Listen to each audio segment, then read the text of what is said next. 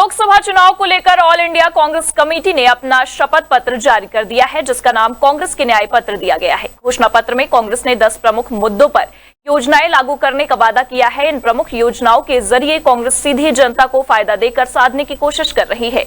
देखिए India town news और अक्षय बेहरा की ये खास रिपोर्ट। कांग्रेस का घोषणा पत्र जारी होते ही ये घोषणा पत्र पक्ष और विपक्ष दोनों में ही चर्चा का विषय बना हुआ है। घोषणा पत्र में अंकित योजनाओं पर जहां कांग्रेस के प्रत्याशी अपनी जीत का दांव खेल रहे हैं, वहीं भारतीय जनता पार्टी ने एक सिरे से कांग्रेस के वादों को झूठा करार दिया है।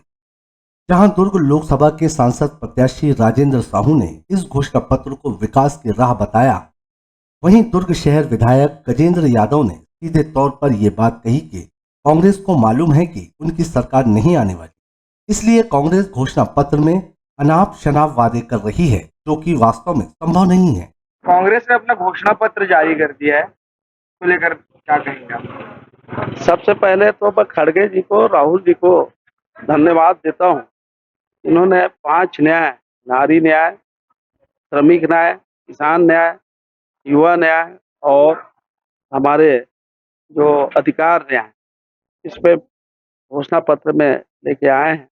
इससे निश्चित तौर पे महिलाएं समृद्ध होगी, क्योंकि हर साल उनको 1 लाख रुपया प्रति परिवार एक महिला को देने की घोषणा की गई है और 50% आरक्षण नौकरी में, युवाओं के लिए 30 लाख जो खाली पद है उनको तत्काल उसमें नौकरी निकालने की बात कही गई है। युवाओं को भी जो शिक्षित बेरोजगार है, ग्रेजुएट है, उनको नौकरी मिलने तक 1 लाख रुपया प्रति वर्ष देने की घोषणा की गई है। किसानों के लिए आपका जो न्यूनतम समर्थन मूल्य है उसके लिए कानून बनाने की बात हमारे घोषणा पत्र में की गई है। कांग्रेस का घोषणा पत्र तो चूंकि उनको तो मालूम है उनकी सरकार नहीं आ रही है, इसलिए वो कुछ भी अनाप शनाप घोषणा पत्र कर रहे हैं जो कभी संभव नहीं हो सकता। पिछले बार भी छत्तीसगढ़ में 36 वादे उन्होंने कहा, एक भी वादा उन्होंने ठीक से पूरा नहीं कर पाया, इसलिए आज वो छत्तीसगढ़ में बाहर है, 70 से। वैसे ही कांग्रेस को मालूम है कि पूरे देश में कहीं कांग्रेस का नामो निशान नहीं है। अब नामो निशान नहीं है तो कुछ भी घोषणा पत्र में अपना डाल रहे हैं, जो संभव नहीं हो सकता वो सब चीजों को डाल रहे हैं। पिछले लोकसभा में भी उन्होंने 80,000 प्रति व्यक्ति देने की बात कही थी, लेकिन उसका कोई उनको लाभ नहीं मिला। अभी भी किसी प्रकार कोई लाभ उनको नहीं मिलेगा। चुनावी घोषणा पत्र जनता के लिए एक उम्मीद होती है, वो उम्मीद जो उन्हें विकास की राह में चलने में मदद करे, जिससे जनता का व्यक्तिगत विकास तो हो ही, लेकिन साथ में देश और राज्य का विकास भी बहुत महत्वपूर्ण होता है। कांग्रेस का घोषणा पत्र जारी होते ही उन मतदाताओं में भी कुछ हलचल सी नजर आई जो आगामी लोकसभा चुनाव में अपने प्रत्याशी का चयन करने वाले हैं और इस लोकतांत्रिक देश की सरकार का निर्माण करने वाले हैं। आइए देखते हैं कि इस घोषणा पत्र को लेकर जनता की क्या राय है। कांग्रेस घोषणा पत्र में बाकी तो सब जो जनरली वादा करते हैं उस टाइप से ही है, लेकिन जो उसमें जो मेन दिया हुआ है महिलाओं के लिए सालाना 1 लाख रुपए। मैं बताना चाहूंगा कि इस देश में लगभग 50 करोड़ महिलाएं हैं जो मतलब 18 साल से ऊपर जो आते हैं, और उसमें अगर अपन गरीबी रेखा जो उन्होंने क्राइटेरिया रखा हुआ है उसमें 25 करोड़ अपन मानते हैं एक लमसम।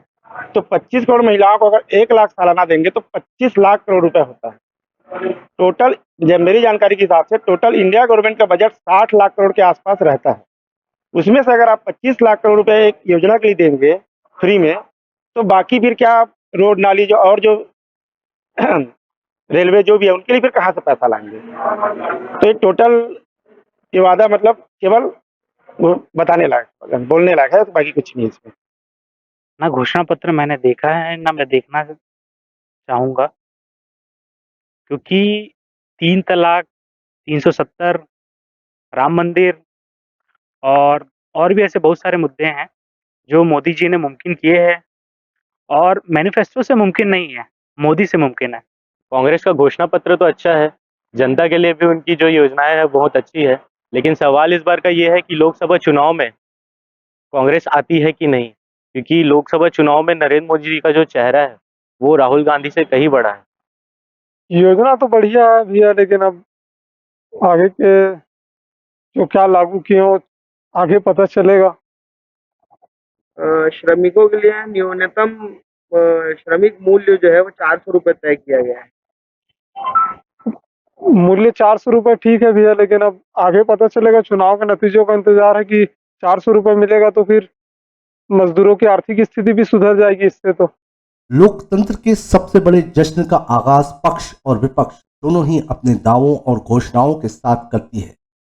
इन दावों और घोषणाओं में कितना दम है और ये धरातल पे किस हद तक सच हो सकते हैं, इनका निर्धारण तभी हो पाता है जब जनता किसी एक पार्टी को मौका दे अपने वादे पूरे करने का, जनता की सेवा करने। कांग्रेस के इस घोषणा पत्र का प्रभाव जनता पर कितना पड़ता है, जनता इस घोषणा पत्र से कितनी प्रभावित होती है, ये तो अब तभी पता चलेगा जब लोकसभा चुनाव के नतीजे सामने आए।